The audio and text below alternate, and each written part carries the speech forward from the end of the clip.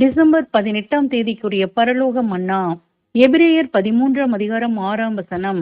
கர்த்தர் எனக்கு சகாயர், நான் பயப்படேன், மனுஷன் எனக்கு என்ன செய்வான்? வசனத்திற்குரிய விளக்கம். நம்முடைய வாழ்க்கையில் ஒழுங்காக நடக்கவும் பல கஷ்டங்களையும் சோதனைகளையும் வாழ்க்கையில் சகிக்கவும் நமக்கு தைரியம் தேவை. உபத்திரவங்களில் சந்தோஷமும் பொறுமையும் இன்றியமையாதது.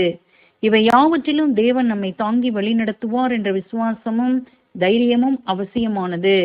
மனிதருக்கு பயப்படுவது ஒரு கண்ணியை போல் நமக்கு முன்பாக இருக்கும். இவை முற்றிலும் நம்மை விட்டு நீக்கப்பட வேண்டும். நம் இரட்சகரும் அழிந்து போகிற மனிதனுக்கல்ல, யெகோவா தேவனுக்கே பயந்து ஆராதனை செய்ய நமக்கு போதித்துள்ளார்.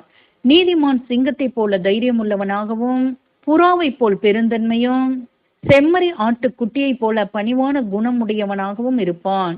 இவை ஒவ்வொரு கிறிஸ்தவனிடமும் காணப்பட வேண்டும். ஆமேன்.